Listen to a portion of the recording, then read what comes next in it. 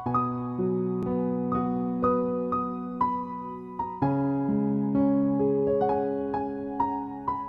mabuting balita ng Panginoon ayon kay San Mateo.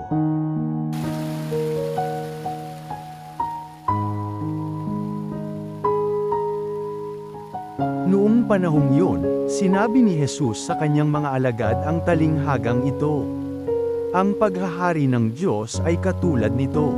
Lumabas ng umagang-umaga ang may-ari ng ubasan upang humanap ng mga manggagawa. Nang magkasundo na sila sa upa na 1 denaryo maghapon, sila'y pinapunta niya sa kanyang ubasan. Lumabas siyang muli ng mag-iikasyam ng umaga at nakakita siya ng iba pang tatayo-tayo lamang sa liwasang bayan. Sinabi niya sa kanila, "Pumaroon din kayo at magtrabaho sa aking ubasan, at bibigyan ko kayo ng karamapatang upa." At pumaroon nga sila. Lumabas na naman siya ng mag-iikalabindalawa ng tanghali at ng mag-iikatlo ng hapon, at gayon din ang ginawa niya. Nang mag-iikalima ng hapon, siya'y lumabas uli at nakakita pa ng mga ibang wala ring ginagawa. Sinabi niya sa kanila, "Bakit kayo tatayo-tayo lang dito sa buong maghapon? Wala pong magbigay sa amin ng trabaho." Sagot nila. At sinabi niya, "Kung gayon, pumaroon kayo at gumawa sa aking ubasan." Pagtatakip silim, sinabi ng may-ari ng ubasan sa kanyang katiwala, "Tawagin mo na ang mga manggagawa at sila'y upahan, magmula sa huli hanggang sa buong nagtrabaho."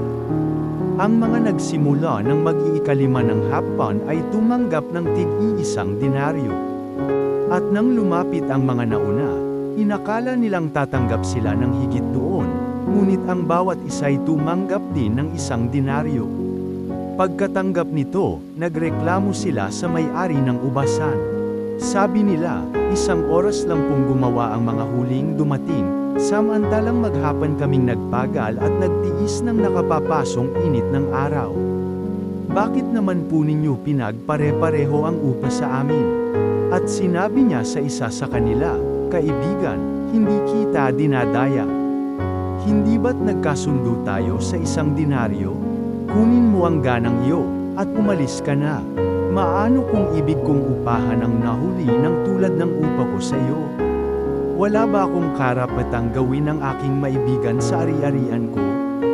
O naiinggit ka lang sa aking kabutihang loob? Kaya't ang nahuhuli ay mauuna, at ang nauuna ay mahuhuli." Ang mabuting balita ng Panginoon.